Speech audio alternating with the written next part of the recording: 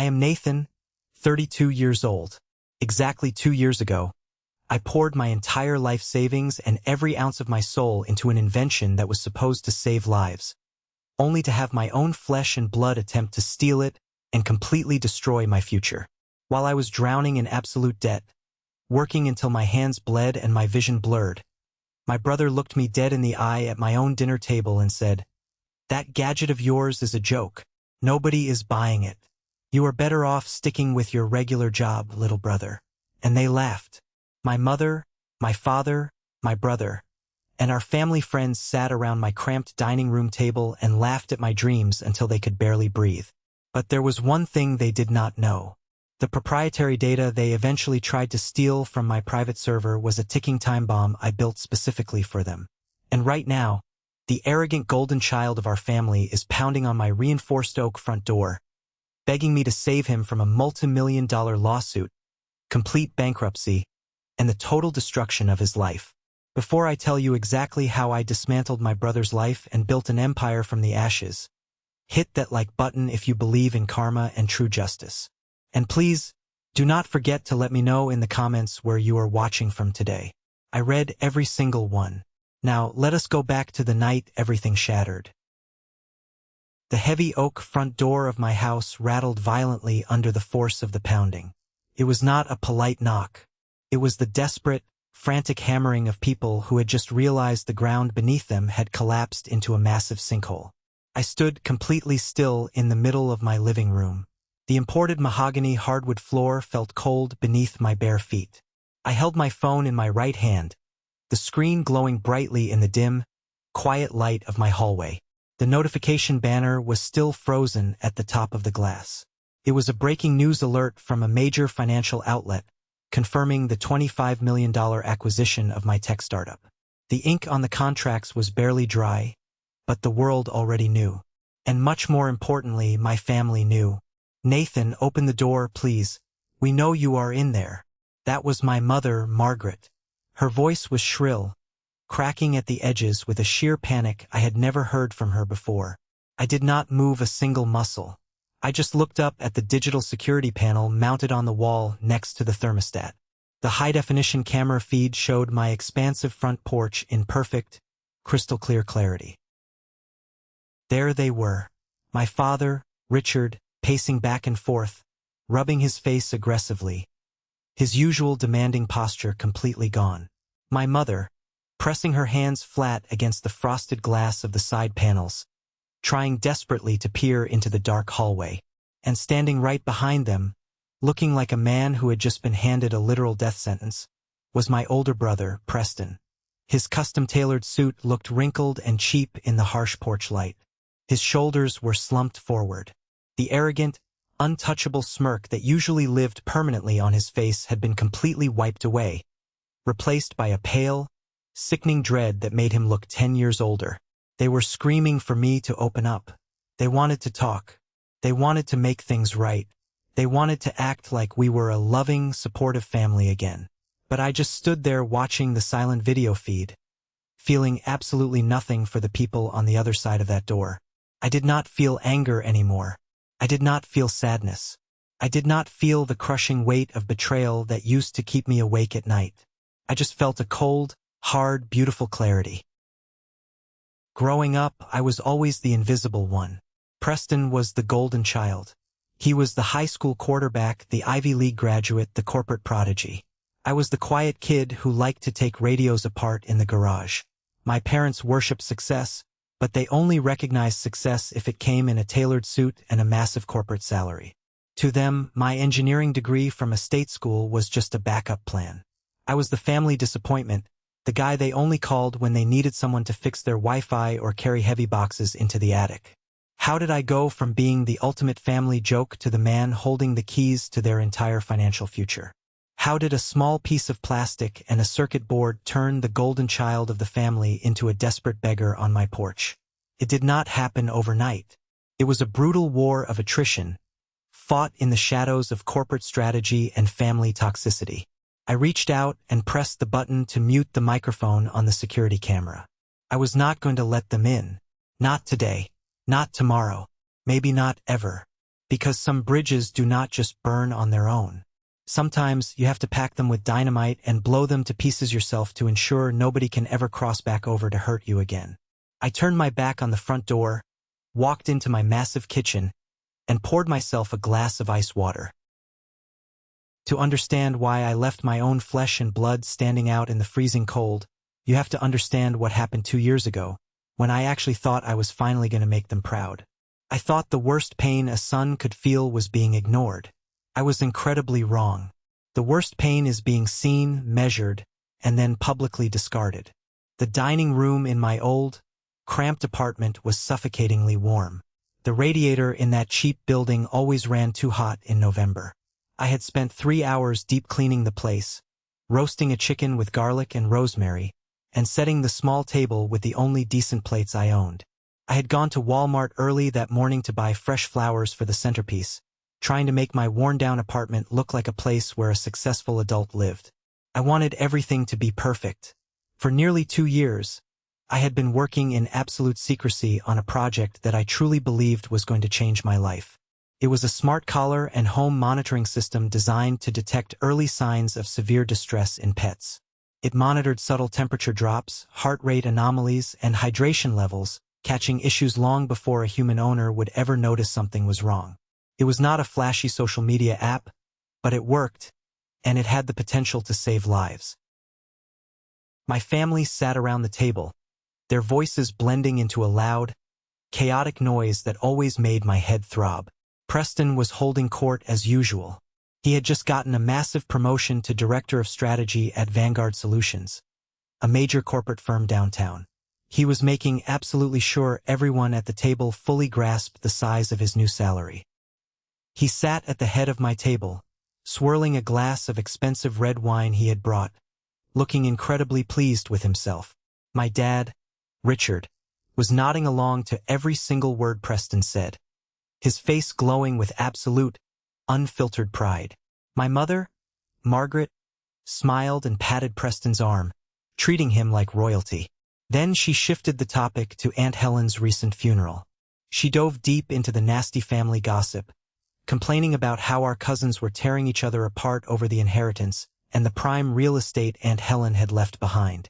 Walter, an old family friend who was practically an uncle to us, chimed in loudly. He was currently going through a bitter divorce, and he spent 20 solid minutes complaining about his lawyer and the brutal custody battle over his kids. The energy in the room was highly toxic. Every conversation was focused entirely on money, status, and other people's utter misery. Nobody asked how my job was going. Nobody asked if I was happy. I took a deep breath, wiping my sweaty palms on my jeans. I stood up from my chair. I tried to project my voice over the endless chatter. I told them I had something important to show them before dessert. The conversation slowly died down. For pairs of eyes turned to me, looking more annoyed by the interruption than curious. I walked over to the kitchen counter where my prototype sat hidden beneath a clean white cloth. I pulled the cloth away, revealing the sleek black collar and the small base station. I explained the concept. I talked about the sensor technology, the early warning algorithms, and how it could prevent sudden pet emergencies. I spoke straight from the heart, explaining how I had drained the absolute last of my old college fund just to buy the raw materials for the circuitry. Silence hung over the table when I finished. I looked at my dad, praying for just a single nod of approval. He just looked confused and slightly embarrassed for me. I looked at my mom. She was staring down at her wine glass, refusing to make eye contact. Then, from the head of the table, came a sharp, sudden sound. It was a snort. I looked at Preston. He was leaning back in his chair, his arms crossed over his chest. That familiar, condescending smirk was plastered across his face. He looked at the device, then looked at me. "That gadget of yours is a joke," Preston said, his voice dripping with absolute certainty. "Nobody is buying it. You are better off sticking with your regular job, little brother. Let the real engineers handle the tech world." I felt the blood rush to my face. I opened my mouth to defend the data, to explain the extensive market research I had done. But before I could get a single word out, Walter let out a loud, raspy chuckle. Then my dad started laughing. It was a booming, chest-deep laugh that filled the small room. My mom covered her mouth, giggling softly. Within seconds, the whole family burst into laughter. It was not polite, uncomfortable laughter. It was the carefree, booming laughter of people who genuinely found my ambitions hilarious. They looked at me like I was a toddler holding up a macaroni painting and calling it a masterpiece. My jaw clenched so hard my teeth ached. I felt a vein pulse hot against my temple. I did not yell. I did not flip the table. I just stood there gripping the edge of the counter, feeling the humiliation burn into my skin like a branding iron. I looked at Preston, who raised his wine glass to me in a mock toast, his eyes sparkling with pure malice. Right then, in that room filled with the smell of garlic and the sound of my family's mockery, something inside me snapped shut forever. The boy who wanted their approval died on the spot. The rest of the dinner was an agonizing blur. By the time they finally got up to leave, I felt completely hollowed out. I needed to take the trash out to the alley just to get some fresh air and escape the smell of their expensive wine. I grabbed the heavy black bags and pushed open the back door. As I walked down the narrow side path alongside the building, I heard voices coming from the driveway. My family had not left yet. They were lingering near Walter's brand new Porsche. I stopped in the shadows, hidden by a large brick wall, and listened. I just feel bad for him. My mother's voice drifted over the cool night air. He tries so hard, but he is just not realistic.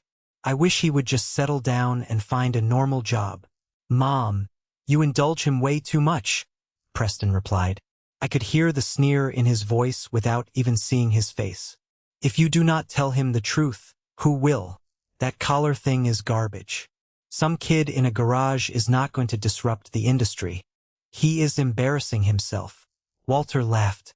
The kid is a dreamer, Margaret. Let him play with his little toys. Just do not let him ask you for a loan when he goes flat broke. I know. My mother sighed deeply. I just won't mention it again. Maybe if we ignore it, he will give it up and focus on something practical. I stood perfectly still in the darkness. My fingers dug into the plastic of the trash bags until my knuckles turned bright white. My chest felt tight, like a steel band was being ratcheted around my ribs. My own mother, the woman who was supposed to be my safe harbor, had just completely written me off. She chose to protect the massive ego of her golden child rather than defend my basic dignity. I threw the trash bags into the dumpster. The heavy metal lid slammed shut with a sound like a gunshot. I walked back inside my apartment, locked the door, and leaned against it. I was not going to be protected in this family. If I wanted a seat at the table, I had to build my own table, and I had to make sure they could never afford to sit at it. I grabbed my phone and scrolled through my contacts until I found Lucas. Lucas was a brilliant software engineer I knew from my university days. He was quiet, intensely logical, and he did not care about social status. I hit the call button. It was nearly midnight. Nathan, it is late. What is wrong? Lucas answered, his voice thick with sleep. I have the hardware built. The biosensors are tracking perfectly, but the server bridge keeps lagging and I cannot write the code fast enough to fix it before I run out of money. I need a partner, I said, my voice low and incredibly steady. There was a long pause. Show me the data tomorrow morning. 7 a.m. at the diner. For the next 2 months, my life ceased to exist outside of that apartment. Lucas and I split equity. I drained exactly $4,000 from my checking account to pay for server space. I went to my day job at a logistics company, stared blankly at spreadsheets for 8 hours worrying about my non-existent 401k, and then rushed home to solder motherboards until my eyes bled. Lucas would show up at 6 in the evening and type furiously until 2 in the morning. Every time I felt my eyes drooping, every time my back cramped so hard I wanted to scream, I forced myself to remember the sound of my father's booming laugh. I pictured Preston's arrogant smirk. It was a dark, toxic fuel, but it burned incredibly hot. We were building something real, but the closer we got to a finished product, the heavier the pressure became. We had recruited a dozen friends to let us attach the prototype collars to their dogs for a beta test. We hired a guy named Felix, a local dog walker, to manage the physical distribution of the collars and collect daily feedback. I paid him a small stipend out of the absolute last of my savings. I trusted him. That was my first massive mistake in the business world. I thought the hardest part of building a company was the technology. I was so incredibly wrong. The hardest part is surviving the people trying to stab you in the back. It was a Tuesday night, raining hard outside my apartment window. The testing phase was in its 7th grueling week. We were so close to stabilizing the final firmware build. I was sitting at my desk reviewing the user logs from our beta testers when I noticed a bizarre anomaly on the back-end server. The data traffic spike was not coming from the dog collars sending information to our server. It was coming from the server being aggressively downloaded. Someone was pulling massive packets of data. They were taking our proprietary biosensor algorithms, the raw hardware schematics I had uploaded for Lucas, and the complete user testing results. My blood ran completely cold. I immediately locked down the administrative access and began tracing the IP address of the download request. My fingers flew across the mechanical keyboard. "Lucas, get over here," I barked. He jogged over from the kitchen, a half-eaten slice of cold pizza in his hand. "What is wrong? Look at this outbound traffic." I pointed at the glowing monitor. "Someone just cloned our entire development folder. All the schematics, all the code architecture. It is all gone." Lucas dropped the pizza onto a paper towel.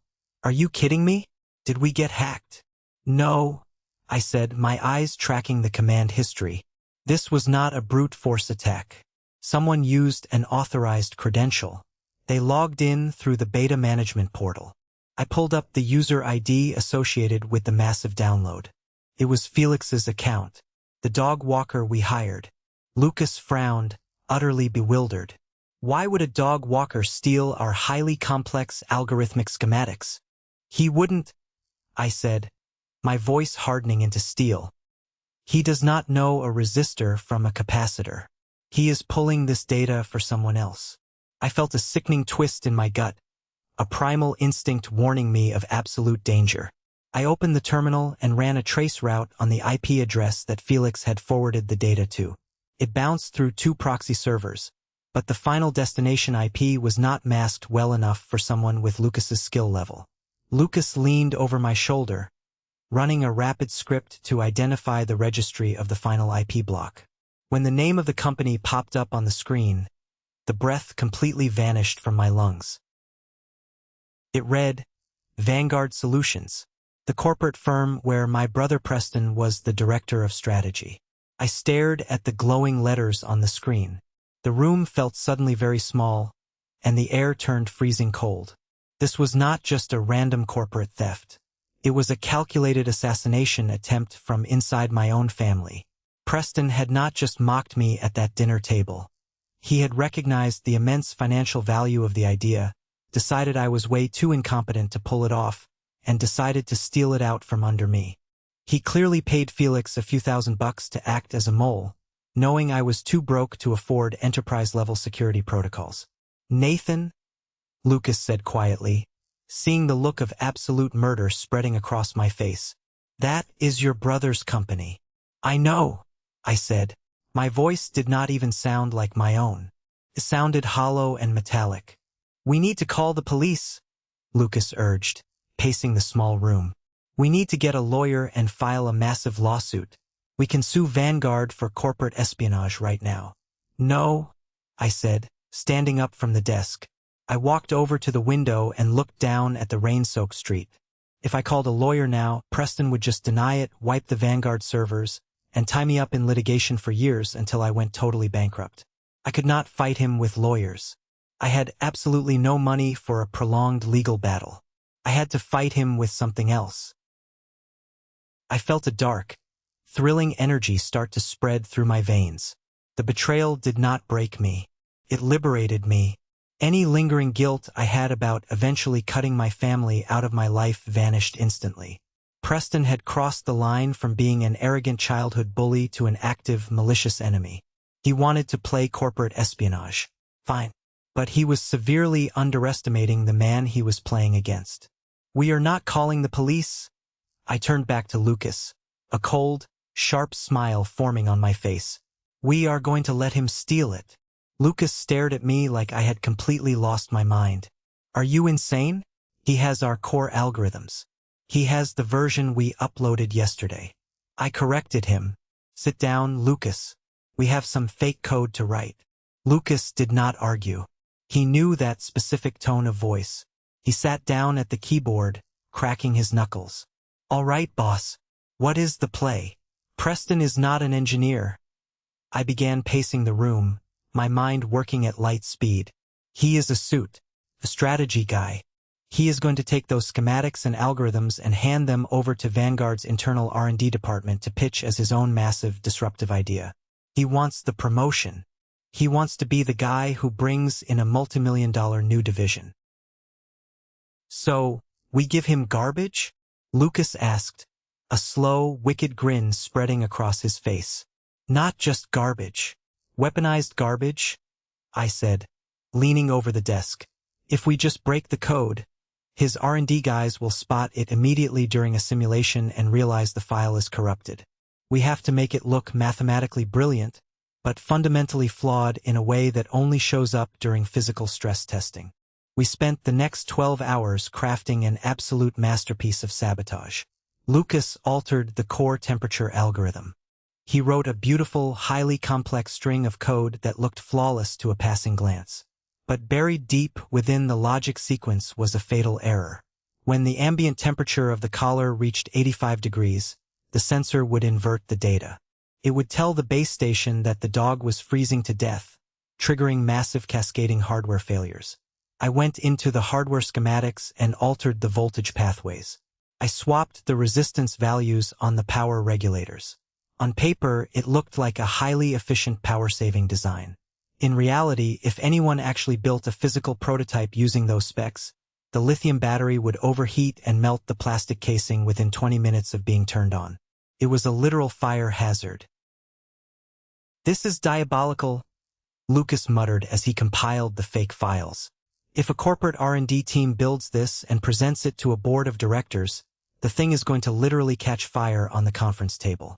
Exactly, I said. My eyes locked on the screen. We unblocked Felix's access portal. We placed the poison files into a folder labeled final_prototype_master and left it sitting right in the open. Then we waited.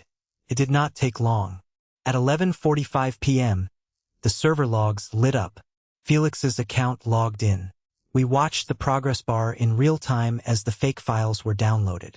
The outbound IP traced straight back to Vanguard Solutions. I leaned back in my chair, interlacing my fingers behind my head. A wave of profound satisfaction washed over me.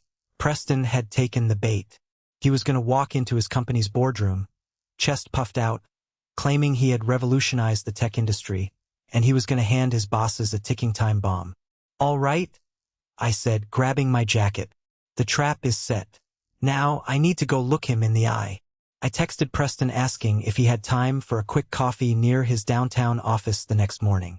He replied almost instantly, dripping with fake charm. I arrived early at the upscale cafe across from the Vanguard Tower. At exactly 9, Preston walked in. He was wearing a dark blue suit, radiating the kind of smug confidence that only comes from thinking you are the smartest guy in the room. Nathan, look at you. You look exhausted, he said, sliding into the chair across from me. He rested his expensive watch on the table, making sure the light caught the dial. How is the little pet project coming along in the garage? He was probing. He wanted to know if I had noticed the data theft. I looked at him, really looked at him. I saw the pure greed, the total lack of respect for my humanity. It is going well, actually, I said, keeping my voice perfectly level. We are finalizing the core architecture today. Should be ready for a major pitch soon. Preston's smile widened just a fraction. Glad to hear it. Just remember, the business world is brutal. Lots of sharks out there looking to steal a good idea. You have to be careful. I took a slow sip of my black coffee. He was sitting there, lecturing me about sharks while his servers were currently digesting the poison I had just fed him. You know, you are absolutely right, Preston, I said, my voice smooth. In fact, my security logs showed some very interesting activity on our servers last night. Someone downloaded the master files. Preston's hand twitched. The fake smile froze for half a second. Are you serious? You got hacked? I told you that you were out of your depth. Oh, they got plenty, I said, leaning back. But the funny thing about thieves, Preston, is that they usually are not as smart as the people who actually built the tech. They take what they see on the surface. Whoever stole my data is in for a very nasty surprise if they try to use it. Stealing a blueprint does not mean you know how to build the house, especially if the architect intentionally drew the load-bearing walls in the wrong place. I watched the color drain slightly from his face. The cocky gleam in his eyes wavered. He shifted his weight, pulling his arm off the table. He cleared his throat, adjusting his expensive tie. Well, you should probably call a lawyer, Nathan. Get the authorities involved. I do not need a lawyer, Preston, I said softly, standing up. The problem is going to solve itself very, very soon. I turned and walked out of the coffee shop, leaving him sitting alone with his fake concern and his stolen, corrupted files. I thought the worst was over. I had the trap set. But the universe has a funny way of testing you right before you reach the finish line. I was so incredibly wrong about being safe. When I got back to the apartment, Lucas was pacing the floor, looking like a nervous wreck. He had chewed his fingernails down to the quick. How did it go? He demanded the second I walked through the door. He took the bait, and he is terrified, I said, pulling off my jacket and tossing it onto the sofa. But we cannot celebrate yet. We need a buyer before Vanguard realizes the files they stole are total trash. Lucas stopped pacing and walked over to his desk. He picked up a piece of heavy, cream-colored cardstock. Funny you should mention that. This arrived by courier while you were gone. I took the envelope. Inside was a formal invitation printed on thick paper. It was from Victor, the CEO of Apex Capital, one of the most aggressive and prestigious venture capital firms in Silicon Valley. We were formally invited to present our system at a private technology showcase in Palo Alto on Friday at 10 a.m. My heart hammered against my ribs. This was the door to the big leagues. If we impressed Victor, the game was over. Then my phone rang. The caller ID flashed my mother's name. I let the phone ring 4 times before I swiped to answer, keeping my eyes locked on the invitation from Apex Capital. Nathan, where have you been? Margaret's voice was tight with exasperated disappointment. Working, Mom, I replied flatly, staring at the golden lettering on the invitation. Well, you need to make time this weekend, she demanded, her tone shifting into that familiar, commanding register. It is Walter's 50th birthday party on Friday. He rented out the country club. The whole family is going. Your father expects you to be there. Friday, the exact same day as the pitch to Victor in Palo Alto. A week ago, this conflict would have caused me immense anxiety. I would have twisted myself into knots trying to figure out a way to please them without sacrificing my own goals. But standing in my living room holding the golden ticket to my future, I felt nothing but a cold, hard boundary. I cannot make it, Mom, I said simply. I have a business meeting on Friday in California. There was a sharp intake of breath on the other line. A business meeting for that dog collar thing? Nathan, be serious. Walter has been a friend to this family for decades. You are not missing his milestone birthday to go play Inventor on the West Coast. It is not a negotiation, Mom. I am not going. Let me speak to him. I heard my father's heavy voice grumbling in the background. The phone shuffled and Richard came on the line. Nathan, listen to me very carefully, my dad barked, dripping with authority. You are embarrassing this family. You live in a cramped apartment. You have no real career. Preston is bringing his new vice president to this party. You are going to put on a suit, show up, and behave like a supportive brother. Do you understand me? I pictured Walter's smug face sitting in his Porsche. I pictured Preston, a corporate thief, waiting for me to bow my head and play my part as the family failure. I pictured my mother, standing by and watching me get torn down just to keep the peace. "Dad," I said, my voice dropping low and hard, "I do not care about Walter's birthday. I do not care about Preston's vice president. And I am done apologizing for my life. You treated me like garbage. You just want me there so Preston looks good by comparison. It is over. Do not call me again until you learn how to respect me." I hit the red end call button. The apartment was dead silent. I had just severed the cord. I had officially declared war on my own family. I looked at Lucas. "Pack the prototype. We have a flight to catch." We landed in San Jose on Thursday afternoon. The air was thick and warm. We drove a cheap rental car to a low-end motel near the Palo Alto event space. We did not have the money for a luxury hotel. The room smelled like stale cigarette smoke and cheap bleach. There were 2 twin beds and a small, wobbly desk pushed against the wall. Lucas immediately set up the protective case on the desk, plugging the base station into the wall outlet to run one final diagnostic test before we tried to sleep. I sat on the edge of the stiff mattress, watching the green status light blink on the front of the black plastic casing. Blink, blink, blink. Then, the light turned a solid, angry red. Lucas stopped typing. The screen of his laptop completely froze. A massive cascade of error messages flooded the terminal window.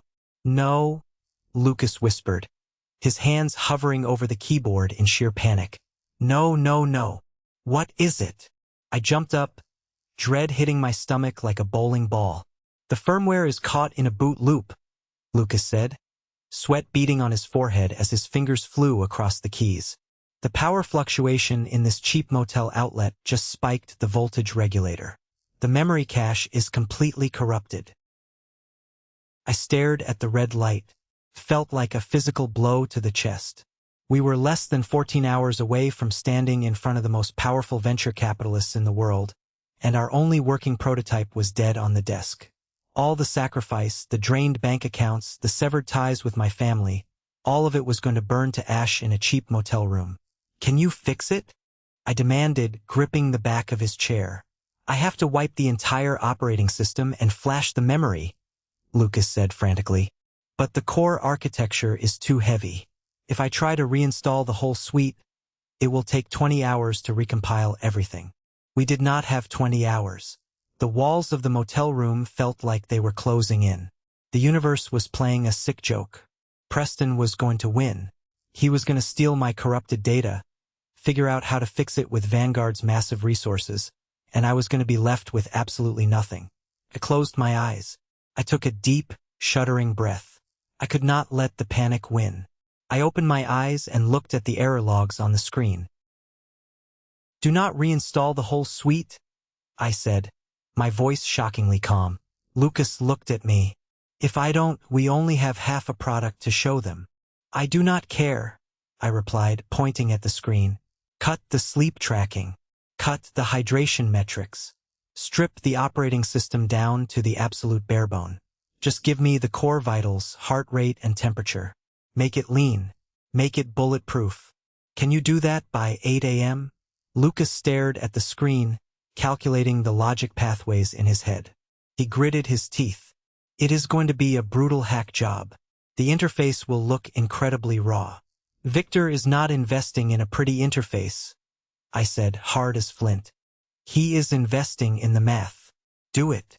For the next 10 hours, that motel room became a pressure cooker. Lucas did not sleep. He drank 3 energy drinks and stared at the screen until his eyes were bloodshot. I sat on the floor, manually checking the physical connections on the circuit board, replacing the blown voltage regulator with a spare from our toolkit. At 6:30 a.m., as the sun began to peek through the thin curtains, casting a gray light over the room, the red light flickered, turned yellow, and then settled into a solid, beautiful green. The system was alive. It was raw, it was stripped down, but it was functional. "We are in business," Lucas rasped, slamming his laptop shut. We packed the gear, exhausted but ready for war. I put on my cheap charcoal suit, tied my tie, and walked out to the rental car. Little did I know, The real shock was waiting for me inside the Apex Capital boardroom. Because when I pushed open those glass doors, the last person I expected to see sitting at the investor's table was my brother. The morning of the pitch, the California sun was blindingly bright, casting harsh shadows across the sprawling parking lot of the Apex Capital building in Palo Alto. It was a Friday, exactly the day I was supposed to be wearing a stiff suit at a country club back home, playing the role of the supportive, quiet younger brother for Walter's 50th birthday party. Instead, I was standing in front of a massive structure of steel and floor-to-ceiling glass that looked more like a modern fortress than an office building. The parking lot was a sea of luxury. I saw 3 different models of Porsche, a few custom Range Rovers, and a matte black Ferrari parked near the executive entrance. Lucas and I pulled up in a dented, economy rental car that smelled faintly of old coffee and cheap air freshener. We did not belong here, not visually anyway. But the reinforced plastic case in Lucas's hands held the only thing that actually mattered in this zip code: leverage. We walked through the sliding double-glass doors into a lobby that felt like the inside of a spaceship. The floors were polished concrete, so clean they reflected the recessed lighting above. The air conditioning was perfectly calibrated, carrying a very subtle scent of expensive cedar and citrus. We approached the sleek, curved marble front desk. The receptionist, a young woman wearing a headset and a flawlessly tailored blazer, barely looked up as we gave our names. She handed us 2 visitor badges printed on thick, matte cardstock and pointed us down a long, incredibly bright corridor. As we walked down the hallway, the reality of the situation began to settle heavily in my chest. To our left and right were glass-walled conference rooms. Inside them, I saw the brutal reality of Silicon Valley. I saw startup founders in their mid-20s sweating completely through their expensive shirts, gesturing wildly at whiteboards, pitching apps and algorithms to rows of stone-faced, silent investors. I saw one guy packing up his laptop, his hands shaking so violently he dropped his power cord twice. The energy in this building was not creative or collaborative. It was predatory. This was where dreams were either funded or violently dismantled. We reached the end of the hall and pushed open the heavy mahogany doors of Conference Room B. The room was massive, easily seating 20 people around a gigantic, polished wood table. One entire wall was made of glass, offering a panoramic view of the rolling green hills of the valley. Sitting at the head of the table was Victor. He was a man in his late 50s, with sharp, icy blue eyes, silver hair cut with military precision, and the dangerous, quiet aura of a man who could destroy a company's valuation with a single phone call. He was the CEO of Apex Capital. Sitting to his right was Diana, a highly respected board member known for her intense focus on humane technology integration. She looked sharp, analyzing us the second we walked in. Sitting to Victor's left was Dominic, an infamous risk assessment advisor. Dominic had a reputation for tearing young tech startups to absolute shreds just for his own amusement. But it was not Victor, Diana, or Dominic that made the blood freeze entirely in my veins. Sitting at the far end of the long mahogany table, leaning back in a plush leather executive chair and wearing a smug, utterly predatory smile was Preston. My own brother. He was wearing his Vanguard Solutions corporate badge clipped to the lapel of a dark blue, custom-tailored suit that cost more than my car. His hair was perfectly styled. He looked like a king waiting for a peasant to entertain him. I stopped dead in my tracks just inside the doorway. Lucas bumped into my shoulder, following my gaze down the length of the table.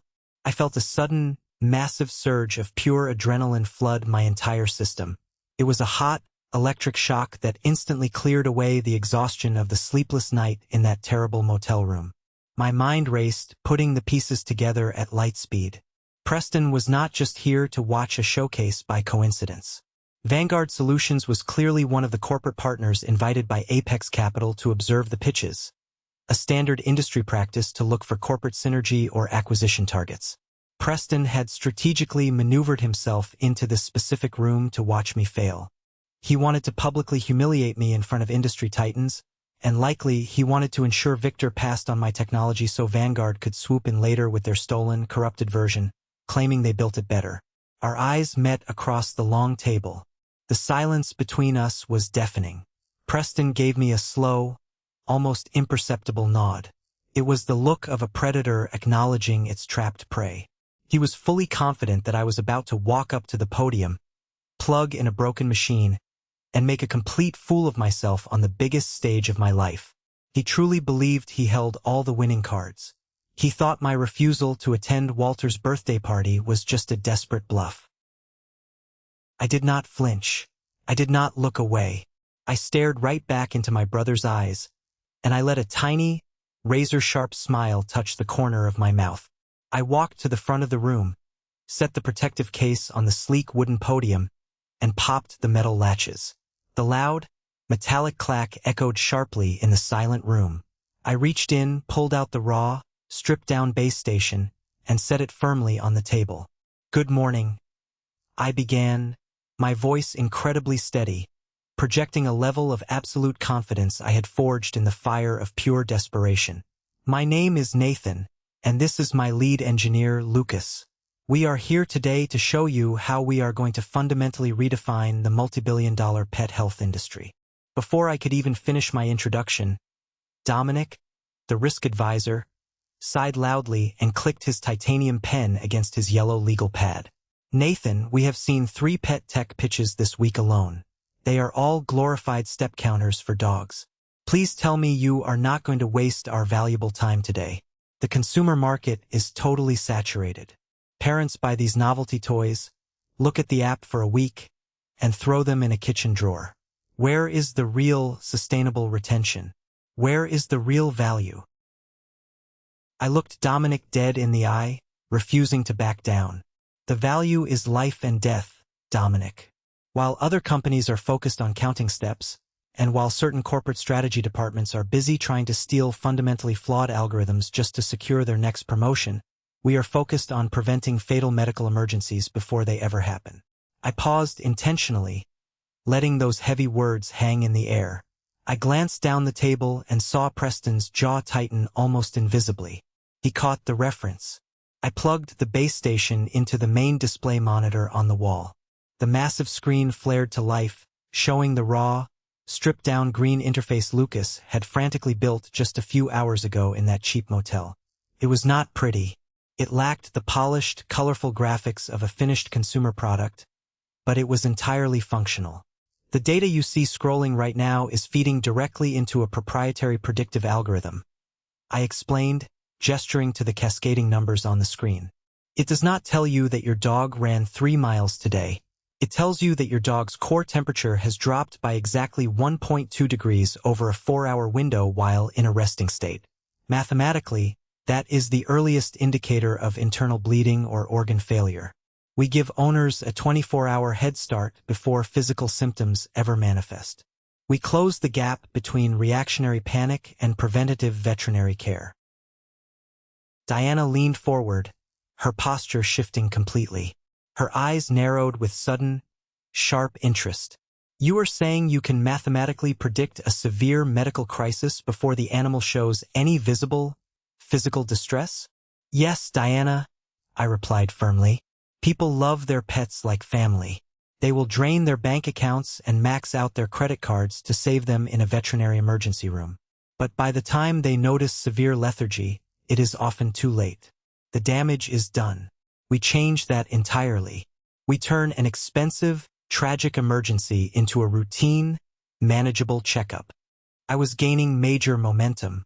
I could feel the energy in the massive room shifting entirely toward me. Victor was watching me with an unreadable, intense expression, his fingers steepled thoughtfully beneath his chin. I glanced down the table at Preston.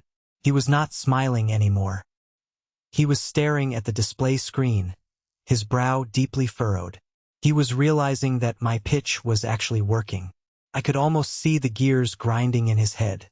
He was probably congratulating himself on successfully stealing this exact algorithm from my server a few days ago, assuming his upcoming promotion and massive salary increase were safely locked in for the next quarter. And then absolute disaster struck. The scrolling green numbers on the massive display monitor suddenly stopped dead. The screen froze entirely, The silence in the room became thick, heavy, and suffocating. I clicked the mouse. Nothing happened. I tapped the spacebar on the keyboard. A loud, harsh, electronic error beep echoed through the conference room. The base station on the podium began flashing a rapid, frantic yellow warning light. The memory cache, heavily damaged from the motel power surge, was failing under the immense strain of the live data presentation. I heard a chair scrape aggressively against the polished concrete floor. I looked over and saw Lucas gripping the edge of the mahogany table, his knuckles white, his face completely drained of all blood. He knew exactly what that flashing yellow light meant. The system was crashing hard, right in front of the most important people in our industry. Dominic let out a long, highly theatrical sigh. He dropped his expensive titanium pen onto his notepad with a loud clatter. Well, so much for zero latency and preventative care. From the far end of the table, Preston let out a low, familiar chuckle. It was the exact same sound he had made at my dining room table 2 years ago. The sound of careless, delighted, deeply arrogant humiliation. "Looks like the little garage Gadget still has some major bugs," Preston said smoothly, his voice carrying clearly across the large room. He looked at Victor with a sympathetic, highly patronizing smile. "I apologize for my brother, Victor. He has always been a bit of a dreamer. This is what happens when you let amateur hobbyists into a real corporate boardroom. They crumble under the pressure." The temperature in my veins dropped to absolute zero. Preston had just publicly claimed me as his brother, not out of pride, but to establish his own complete dominance. He was using my technical failure to make himself look like the rational, grounded, superior executive in the room. He was putting me back in my place right in front of the people who held my entire financial future in their hands. I did not panic. I did not flush red with embarrassment. I did not try to make pathetic, whining excuses about the cheap motel room or the electrical power surge. Every single insult, every late night, every moment of sheer desperation I had endured over the last 2 years instantly crystallized into pure, diamond-hard focus. I stepped away from the podium and walked directly up to the frozen display monitor.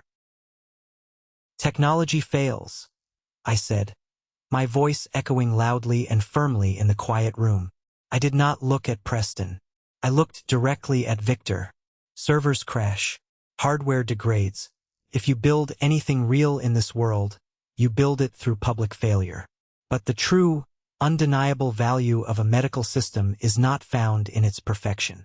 It is found in its recovery." While I was speaking, I reached behind the display monitor and manually unplugged the base station's primary data cable. I bypassed the frozen user interface entirely.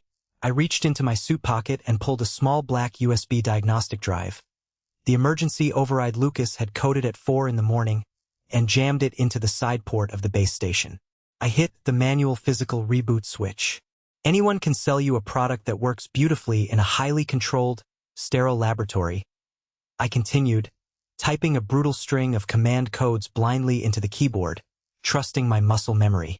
But when you are dealing with real-time medical monitoring, you need a system that knows exactly how to save itself when the environment turns extremely hostile. I hit the enter key. The yellow flashing light on the base station went completely dark for 3 agonizing, silent seconds.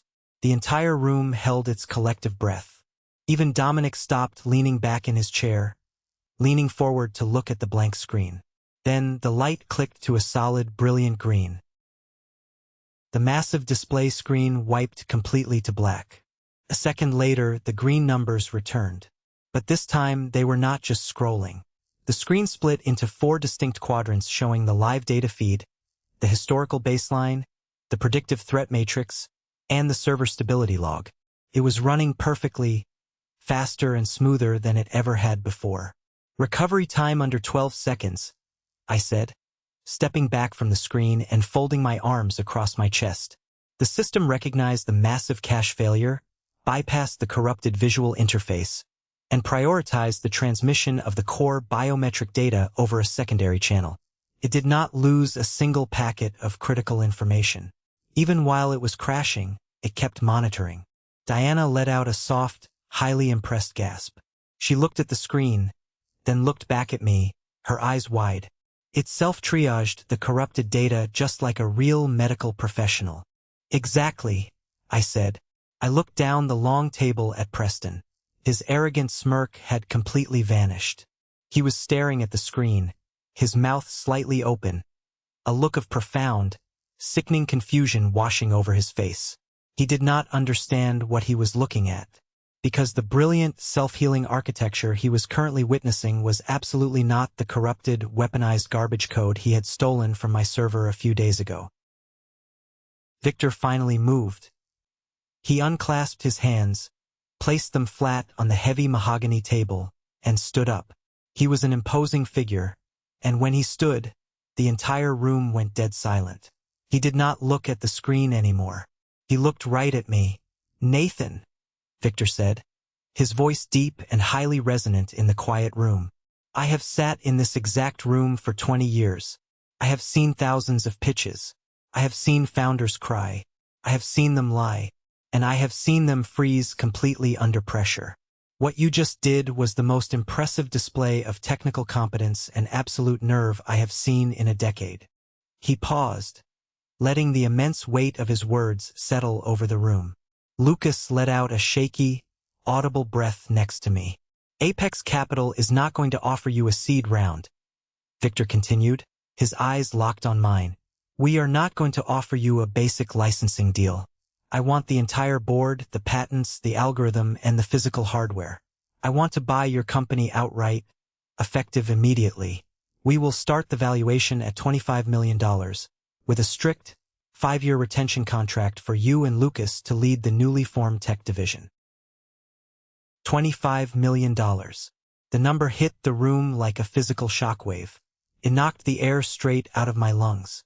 Lucas gripped my arm so hard his nails dug straight through my suit jacket. I kept my face perfectly still, projecting the image of a seasoned executive. But inside, my heart was hammering against my ribs like a trapped bird. We had done it. We had actually done it. The long nightmare of poverty and mockery was over. "We accept," I said evenly. Victor nodded, a rare smile touching his lips. "Excellent. My legal team will draw up the term sheets by this afternoon." The air in the room was thick with victory, but the meeting was not over. Victor turned his head slowly. He looked down the length of the long mahogany table until his sharp blue eyes locked entirely onto Preston. Victor's expression shifted instantly. The professional respect vanished, replaced by something cold, calculating, and terrifyingly sharp. The atmosphere in the room plummeted. Dominic shifted very uncomfortably in his seat, recognizing that someone was about to be destroyed. "Now," Victor said, his voice dropping to a low, dangerous register that commanded absolute silence. "Let us address the other matter at hand." Preston, Director of Strategy for Vanguard Solutions. Preston sat up perfectly straight. He adjusted his expensive tie, his hands trembling slightly, trying desperately to quickly paste his confident, corporate smile back onto his face. He completely misread the situation, assuming Victor was about to invite him to collaborate. "Yes, Victor," Preston said, his voice slightly higher than usual. "And let me just say, Vanguard is incredibly excited to partner with Apex on this project. Finding synergistic opportunities in the tech sector is exactly why my firm sent me here today to observe. We have massive distribution channels." Victor stared at him with absolute, unfiltered disgust. It was the look you give a cockroach right before you step on it. "Vanguard did not send you here to partner with me, Preston," Victor said coldly. "You are here because Apex Capital initiated a highly aggressive hostile takeover of Vanguard Solutions 3 weeks ago. We finalized the acquisition at 6 o'clock this morning. The ink is dry. I own your firm." The color completely drained from Preston's face. He looked like he had been struck by physical lightning. His mouth opened, but no sound came out. His eyes darted wildly around the room, frantically searching for a familiar face, a lifeline. But the other executives, Diana and Dominic, were staring at him with cold, clinical indifference. "And as the new owner of your firm," Victor continued, taking a thick, heavy manila folder from his assistant who stood by the wall, and tossing it onto the table. It landed with a heavy thud that echoed in the silent room. I spent this morning reviewing the new research and development initiatives your strategy department submitted to the board yesterday. Specifically, a highly anticipated project you personally championed. A pet monitoring algorithm you heavily claimed would disrupt the entire market and secure you a vice president title. Preston began to physically tremble. I could see his hands shaking violently where they rested on the polished wood. The confident, arrogant golden child of my family, the man who had mocked me at my own dinner table, was unraveling in real time, completely exposed under the harsh fluorescent lights of the boardroom. I had my chief engineers review the code you submitted, Victor said, his voice cutting through the silence like a scalpel. They found it fascinating, mostly because the ambient temperature logic was entirely inverted. If we had built the physical hardware according to your strict specifications, the lithium batteries would have overheated, melted the plastic casing, and severely burned the animals wearing them. It was a catastrophic, amateurish failure. It was quite literally a fire hazard. Victor leaned forward, placing both hands firmly on the table, looming over Preston from 20 feet away. "But that is not why I am angry, Preston," Victor said softly, his voice dripping with venom. "I am angry because when my engineers ran a deep source trace on your code, they found digital watermarks embedded deep in the binary. Watermarks that belong to the young man standing at the front of this room. You did not just submit a dangerous, fatally flawed product to my board of directors. You stole it from your own brother, and you were far too incompetent to realize he had intentionally poisoned the files before you took them." The room was so quiet you could hear a pin drop.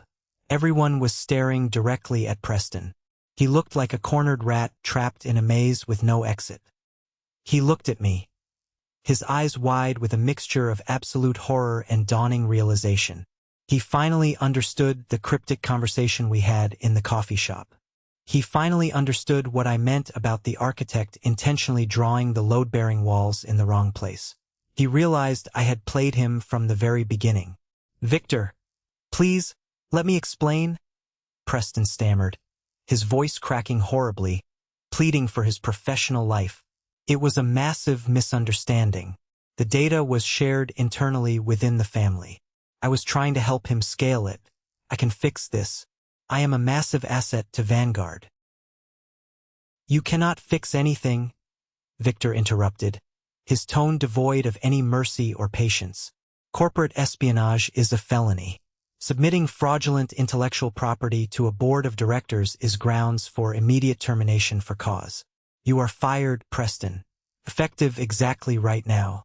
Security will escort you to your office to collect your personal items, and then you will be removed from the building. If you ever set foot on an Apex or Vanguard property again, I will personally see to it that you are prosecuted to the fullest extent of the law." Preston sat frozen in his plush leather chair. The harsh reality of his complete destruction was crashing down on him. He had walked into this room expecting a promotion.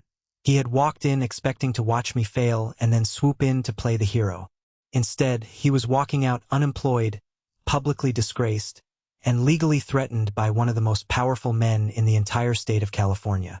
"Get out of my conference room," Victor ordered, pointing at the door. Two large security guards in dark suits, who had been waiting quietly in the hallway, stepped through the back doors. They walked up behind Preston. He did not fight them. He stood up slowly, his legs visibly shaking so badly he had to lean on the table for support. He did not look at Victor. He did not look at the other executives. As he walked toward the door, escorted by the guards, he turned his head and looked at me. There was no smirk left. There was no arrogance.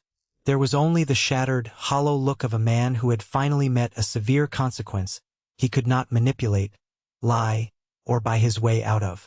I looked right back at him. I did not smile. I did not gloat. I did not say a single word. I just gave him the exact same slow, imperceptible nod he had given me when I first walked into the room. The heavy mahogany door clicked shut behind him. The garbage had finally taken itself out. "Let's pause for a moment. Thank you for staying with me this far, you're truly amazing." Please help me by liking the video and commenting the number 1 below so I know you've been here with me until this point. This not only helps more people discover this story, but also lets me know that my experiences mean something to someone. Your support is the greatest motivation for me to keep sharing the rest of this journey. The immediate aftermath of the pitch was a whirlwind of handshakes, intense legal jargon, and pure, unadulterated adrenaline. Lucas and I were escorted by Victor's assistants to a private executive lounge on the top floor of the building. We sat down on plush leather sofas with Victor's top corporate lawyers to review the preliminary term sheets. We drank sparkling water from crystal glasses and talked about vesting schedules, equity retention, and non-compete clauses. It all felt like a surreal, beautiful dream. I was a multimillionaire. The years of eating cheap ramen, driving a beat-up car, and stressing over utility bills were completely over. The validation I had desperately sought from my family had been replaced by something much better: absolute financial freedom and undeniable industry respect. 2 hours later, we finally left the boardroom to head back to our cheap motel, pack our things, and catch a flight home. As we walked out of the massive glass front doors of the Apex building, the warm California sun hit my face. I took a deep breath of the fresh air, feeling lighter than I had in my entire life. "Hey, Nathan." I stopped. Standing by the edge of the parking lot, leaning heavily against the concrete wall of the parking garage, was Preston. He had been waiting for me. He did not have his Vanguard security badge clipped to his lapel anymore. His expensive tie was pulled loose, hanging haphazardly around his neck, and his suit jacket was completely unbuttoned and wrinkled. He looked completely unhinged. He marched toward me, his face red, his hands balled into tight fists at his sides. Lucas immediately stepped forward, ready to intervene and physically defend me, but I put a hand firmly on his chest and held him back. I was not afraid of Preston. Not anymore. He was no longer the golden child. He was just an unemployed man having a temper tantrum in a parking lot. "You set me up?" Preston hissed as he got within 3 feet of me. His face was bright red, and spit literally flew from his lips. "You intentionally gave me bad code. You ruined my life. I lost my massive salary. I lost my equity. My 401k is going to be frozen. Do you have any idea what you just did to me?" "I did not do anything to you, Preston," I said, my voice completely flat and devoid of emotion. "You broke into my private server. You stole my intellectual property. You tried to pass it off as your own to get a promotion. All I did was let you dig your own grave. I just handed you the shovel. You think you are so smart," Preston sneered, stepping closer, trying to use his height to physically intimidate me. It was the exact same bullying tactic he used when we were kids fighting in the backyard. "You think you have one? You are still just the family disappointment. Wait until Mom and Dad hear about this. Wait until I tell them you maliciously sabotaged my career out of pure jealousy. They are going to completely disown you. You will have no family left." I actually laughed. It was a short, sharp bark of genuine amusement that echoed off the concrete walls of the parking garage. "Disown me, Preston? I just sold my company for $25 million. I do not care what Mom and Dad think. Their opinions are completely worthless to me, and they are going to be completely worthless to you, too, when they realize their precious golden child is an unemployed thief who cannot pay his mortgage." Preston raised his hand, his face twisting in sudden, violent rage. He was going to hit me. I did not flinch. I just stared at him, daring him to throw a punch, knowing it would only end with him in police handcuffs. Before he could swing, a smooth, highly authoritative voice cut through the air. "I would strongly advise against that, Preston." We both turned. Walking out of the Apex building was Harrison, the lead corporate attorney Victor had assigned to my account. Harrison was wearing a flawless 3-piece suit and carrying a slim leather briefcase. He walked over with measured, confident steps and stood directly between me and Preston. "Who the hell are you?" Preston snapped, his fist still clenched. "I am the chief legal counsel for Apex Capital," Harrison said calmly, adjusting his glasses. He reached into his jacket pocket and pulled out a crisp, folded legal document. He handed it to Preston, pressing it against his chest. This is a formal cease and desist order accompanied by a strict non-disclosure agreement. It stipulates that you are forbidden from contacting Nathan, Lucas, or any employee of Apex Capital. It also forbids you from publicly discussing the events of today's meeting or the proprietary technology you attempted to steal. Preston stared at the paper like it was covered in venom. I am not signing that garbage. You do not have to, Harrison smiled, a chilling corporate predator smile. But if you violate the terms, Apex Capital will immediately file a massive civil lawsuit against you for corporate espionage, theft of trade secrets, and tortious interference. We will drain whatever savings you have left. We will place a heavy lien on your real estate, and we will ensure you spend the next 10 years buried in litigation. You will never work in the corporate sector again. Do you understand? Preston looked at Harrison, then looked at me. The violent rage drained completely out of him, replaced by the crushing weight of absolute defeat. He was entirely outmatched. He had brought a knife to a gunfight, and he had just realized the guns were all pointed directly at his head. He crumpled the paper in his fist, turned around, and walked away toward the parking garage. He did not look back. His shoulders were slumped, his expensive shoes dragging heavily on the pavement. He looked exactly like what he was, a pathetic loser. Thank you, Harrison, I said. Just protecting our valuable investment. Nathan, Harrison replied smoothly. Have a safe flight home. The flight back home was a blur of exhaustion and relief. Lucas slept the entire way, snoring softly against the window. I stayed awake, staring at the clouds, letting the reality of my new life settle into my bones. While I was flying at 30,000 feet, the ground below was already rapidly shifting. I found out later exactly how the news of Preston's downfall broke. Preston had a terrible habit of treating his subordinates like absolute garbage. One of those subordinates was Valerie, his executive assistant at Vanguard. Valerie was a hard-working single mother who managed his calendar, organized his files, and suffered his daily temper tantrums and constant belittling about her salary. When Victor fired Preston, Vanguard HR immediately locked down Preston's office and seized his corporate laptop. Valerie was tasked with boxing up his personal items. While she was organizing his desk drawers, she found a stray thumb drive. It was the drive Preston had used to transfer the stolen files from his personal computer to the Vanguard network. But Valerie found something else on that drive. A few weeks prior, Preston had proudly transferred a video from his phone to the drive to show a colleague, bragging about putting me in my place. It was a video he had secretly recorded under the table during that fateful family dinner 2 years ago. The video showed me standing in the dining room unveiling my prototype. It clearly captured Preston's voice mocking me, calling my invention a joke, and telling me to stick to my regular job. It captured the cruel laughter of my parents and Walter. Preston had kept the video like a trophy. Valerie watched the video. Then she saw the Apex Capital internal memo announcing the acquisition of my technology, the exact same technology Preston had just been fired for stealing. Valerie did not delete the video. She did not keep it to herself. She attached the video file to an email along with a brief, factual summary of why Preston was actually fired, and sent it to every single executive manager and associate in the Vanguard corporate directory. The subject line simply read, "The real Preston." By the time my plane landed, the video was completely viral within the industry. Preston was not just fired, he was professionally annihilated. The narrative was perfect, brutal poetry. The arrogant executive who mocked his struggling brother's invention was caught trying to steal it, and got himself fired by the very company buying the tech. His reputation was reduced to ash. No reputable firm would ever hire a man caught committing such blatant, humiliating corporate treason.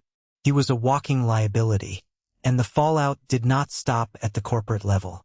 The industry gossip inevitably leaked out into the local community. Walter, the family friend who was still dragging his ex-wife through a bitter divorce and loved driving his Porsche around town to show off, heard the rumors from a lawyer friend. Walter immediately called my father, Richard. My parents had spent their entire lives cultivating an image of perfection. They paraded Preston around like a show pony at every HOA meeting and Thanksgiving dinner. Now, the entire community knew that their golden child was a fraud, a thief, and a failure. And worse, they knew that the son they had treated like a joke was now a multimillionaire who had single-handedly destroyed his brother's career. 3 quiet, incredibly peaceful weeks passed. Lucas and I moved our operations into a sleek new office space downtown. We hired a brilliant team of engineers. We finalized the patent transfers and watched the massive wire transfer from Apex Capital hit our newly formed corporate bank account. It was a staggering amount of money. I did not hear a single word from my family during those 3 weeks. The silence was absolute gold. I knew they were dealing with the horrific social fallout of Preston's termination. I knew the shame was eating them alive. They were probably too paralyzed by sheer embarrassment to even pick up the phone. Then, on a Tuesday morning, the strict media embargo lifted. Apex Capital officially announced the acquisition to the public press. The financial news outlets picked up the story immediately. The headlines were everywhere. A scrappy, underfunded startup revolutionizes pet health and gets bought out for $25 million by a Silicon Valley titan. My name was everywhere. My picture was on business blogs. The story of the garage inventor making it big was irresistible. At 8:15 a.m., my phone vibrated on my new marble kitchen counter. It was a text from Walter. "Nathan, I always knew you had it in you. Forget what anyone else said. I always believed in your vision.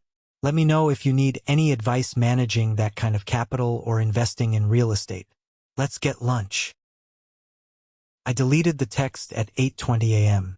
Another text came through, this one from Aunt Helen's daughter, the cousin who had been fighting over the inheritance. "Oh my God, Nathan, just saw the news. We are all so proud of you. It has been too long." I deleted that text too. The hypocrisy was nauseating. These were the exact same people who sat at my dining room table and laughed until they couldn't breathe. Now they were crawling out of the woodwork, pretending they had been my biggest cheerleaders all along. They smelled the money, and suddenly my past sins of being poor and ambitious were completely forgiven. I turned my phone on silent and tossed it onto the sofa. I did not care about their fake congratulations. I did not care about their sudden, desperate affection. I lived in a very nice house now. I had moved out of the cramped apartment and bought a modern, secluded property with a large, manicured front yard and a heavy, reinforced oak door. It was quiet. It was safe. It was my sanctuary. Then the doorbell rang. It was not a polite chime. It was followed immediately by loud, frantic pounding on the heavy wood of the front door. The sharks had smelled the blood in the water, but the truly desperate ones do not use the phone. They show up at your house. Which brings us right back to where this story started. I stood in my living room, watching the high-definition security camera feed on the wall panel. My father, Richard, my mother, Margaret, and Preston were standing on my porch, screaming my name, begging me to open the door. "Nathan, please, we need to talk to you," my mother cried out, pressing her face near the frosted glass side panel. I watched them for a long time. I watched my father pace back and forth, looking stripped of all his usual authority, his shoulders hunched. I watched Preston standing in the back, looking like a hollow shell of the man he used to be. His arrogance was entirely gone. He just looked tired, defeated, and utterly broken. I walked slowly over to the front door. I did not unlock it. I just pressed the intercom button on the wall panel. "What do you want?" I asked. My voice piped through the external speaker on the porch, loud and crystal clear. All 3 of them jumped. They crowded around the speaker like drowning people reaching for a life preserver. "Nathan, son," my father started, trying to inject his old booming authority into his voice, but it faltered badly. "Open the door.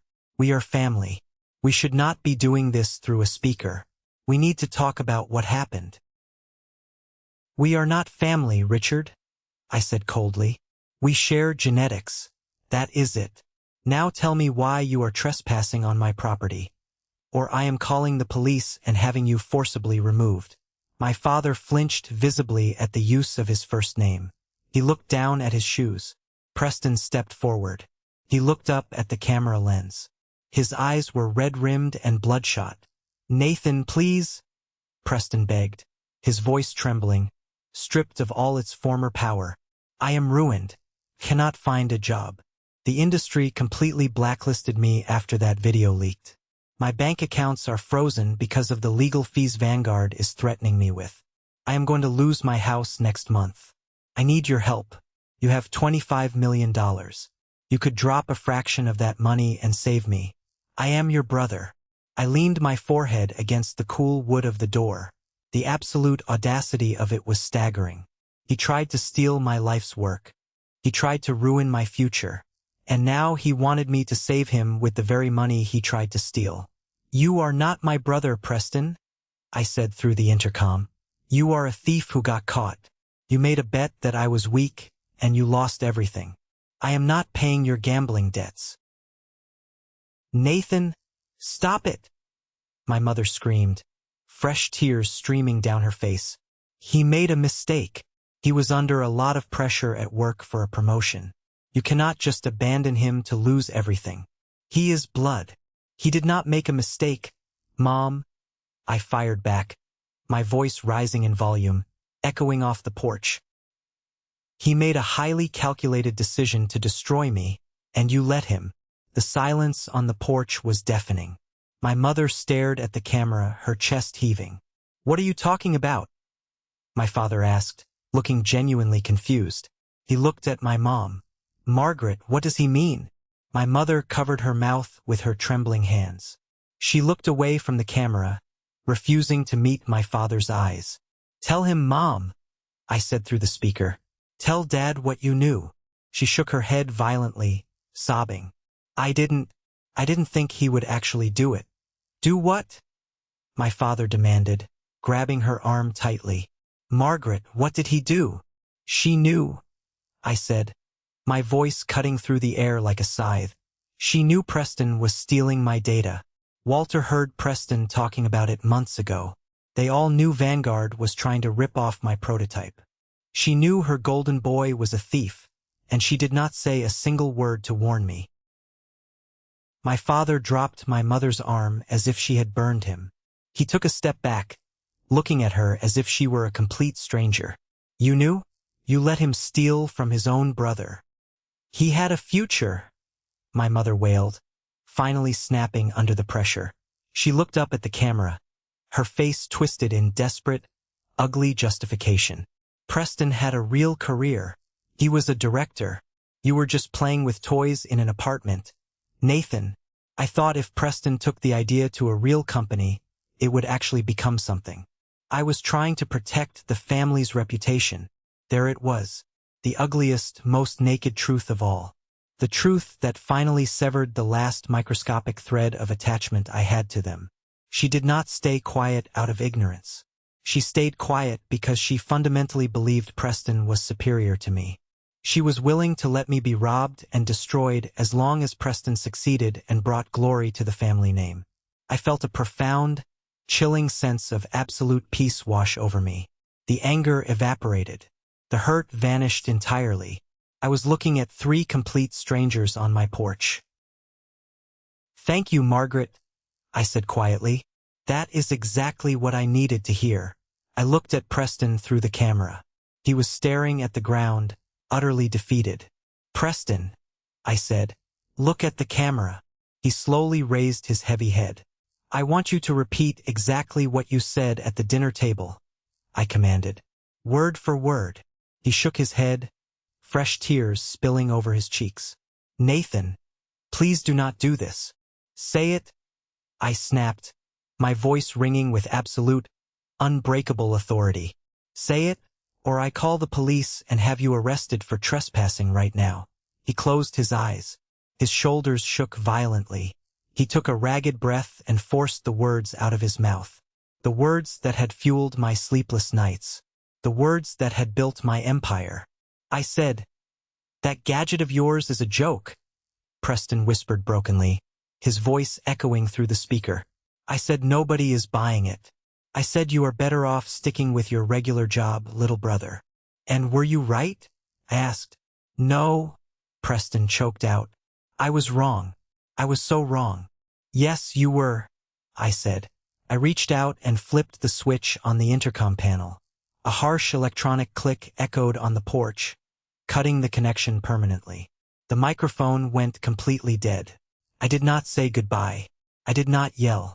I just turned my back on the front door, walked down the hallway, and left them standing on the porch.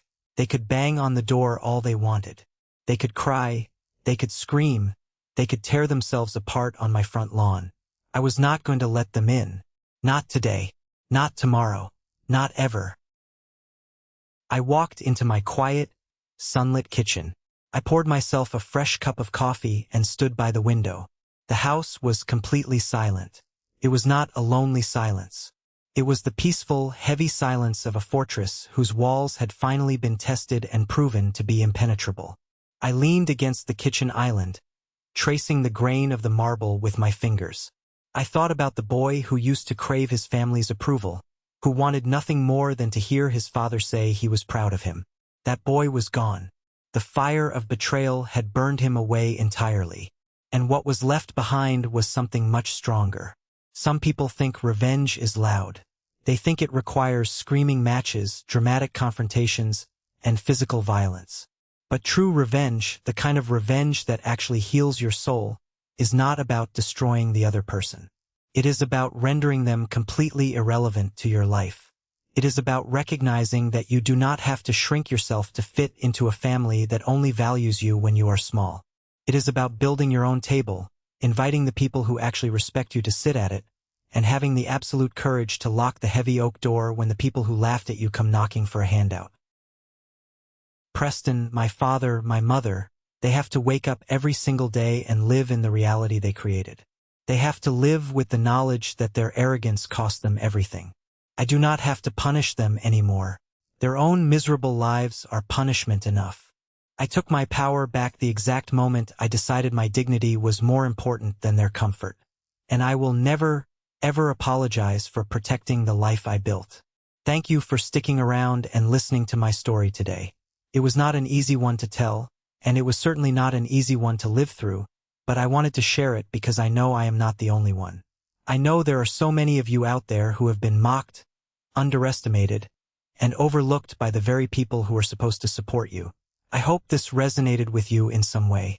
I hope it reminds you that being underestimated is a weapon, not a weakness. A toxic family will always try to dim your light because it exposes their own shadows. Have you ever faced something similar with your own family? Have you ever had to walk away from toxic relatives to protect your own peace and your own dreams? Share your story in the comments below, and don't forget to like and subscribe so you don't miss the next journey.